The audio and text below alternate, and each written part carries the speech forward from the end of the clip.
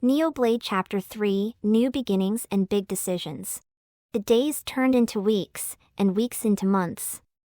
In the 2 months since the night they met, Elijah and Taylor's connection had blossomed into something both of them hadn't quite expected.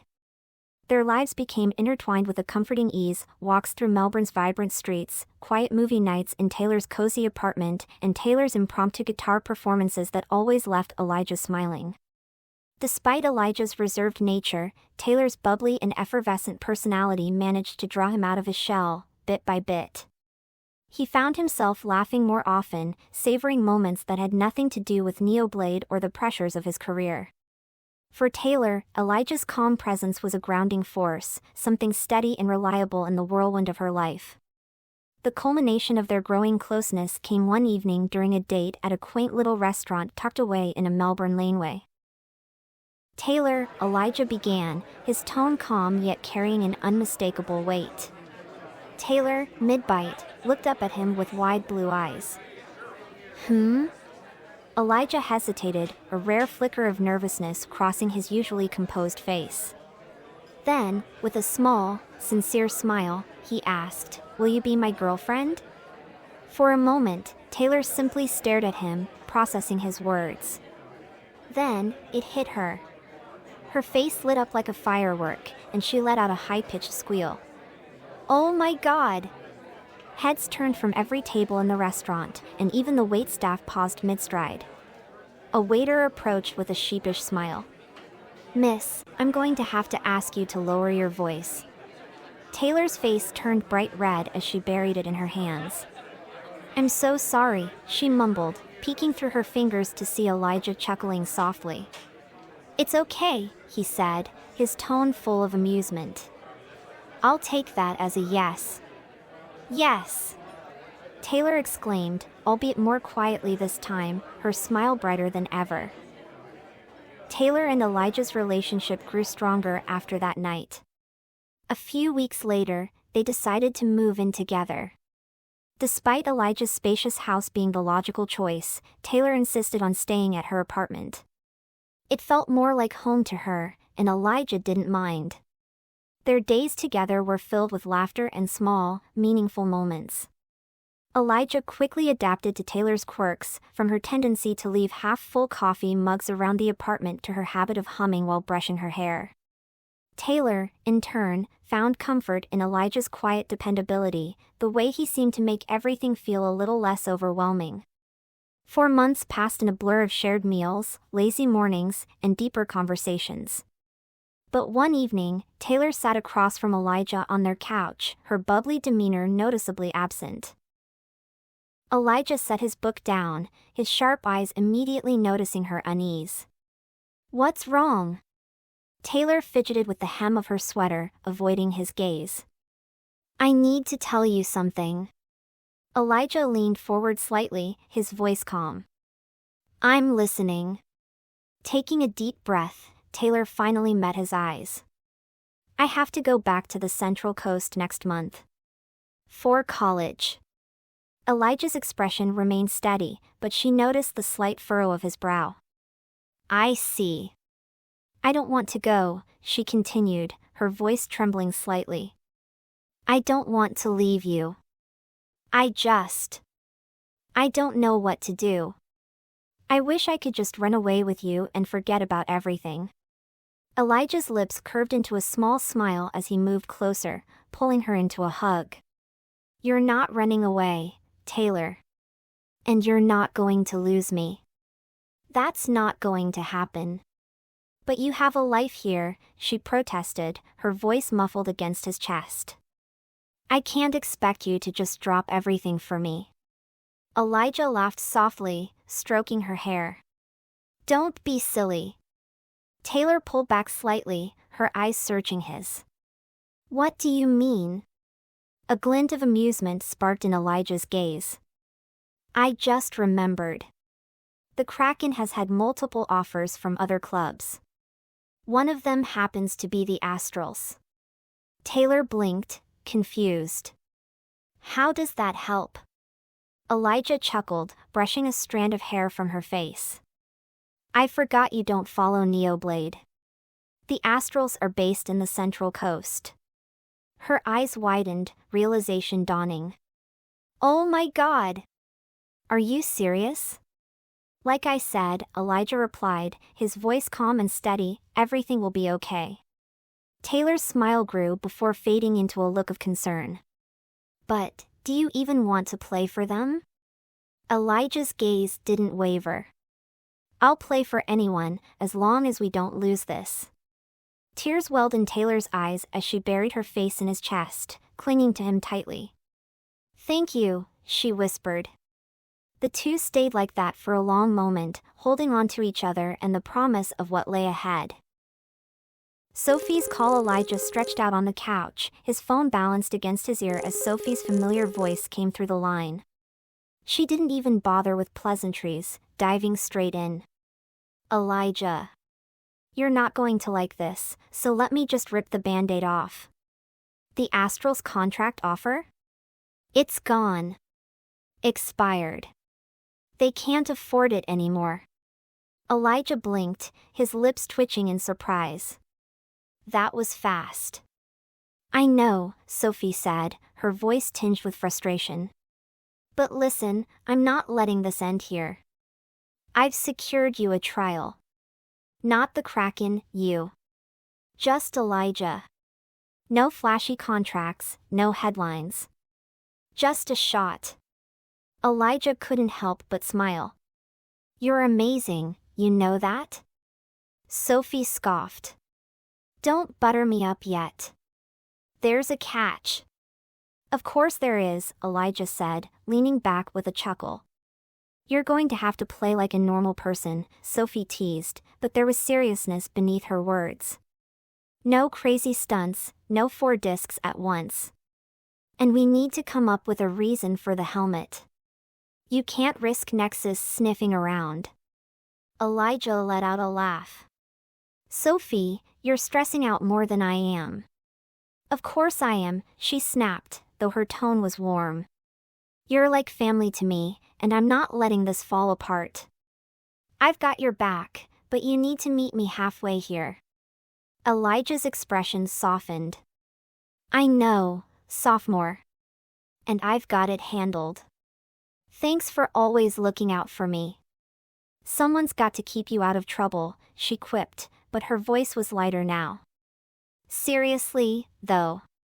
This is big, Elijah. Don't mess it up. He smiled. I won't. Thanks for everything. Anytime, Sophie said. But don't make me regret it. Wouldn't dream of it, Elijah replied with a grin. As the call ended, Elijah set the phone down, a quiet sense of gratitude settling over him. Sophie always had his back, and knowing she believed in him made all the difference. Meanwhile, Taylor curled up on the couch, phone pressed to her ear. After a few rings, Kyla picked up, her tone immediately teasing. Hey, superstar! How's life with the Kraken? Taylor rolled her eyes, already exasperated. Oh, stop it. I'm serious, Kyla. You know he's actually the Kraken. Kyla laughed, the sound light and incredulous. Sure, Tay. Whatever you say.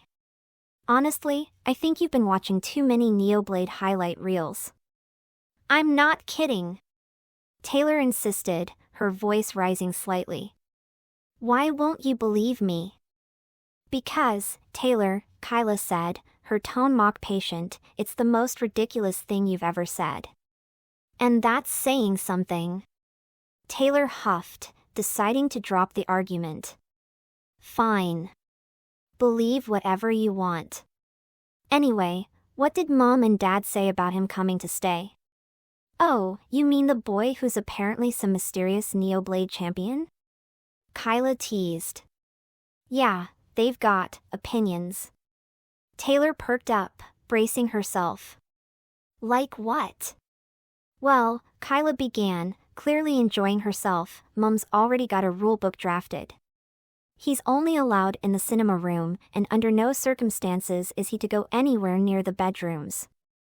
She doesn't want any funny business, her words exactly. Taylor groaned, burying her face in her hand.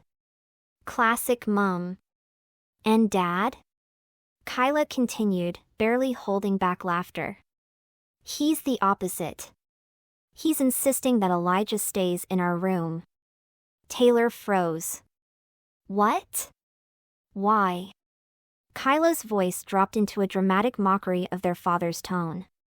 That way, I can keep an eye on him at all times. She snorted.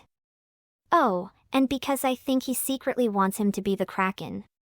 You know how obsessed Dad is with NeoBlade. This is probably his dream come true. Taylor gasped, her laughter bubbling out despite her disbelief. Oh my God, you're serious. Completely, Kyla said, her tone deadpan.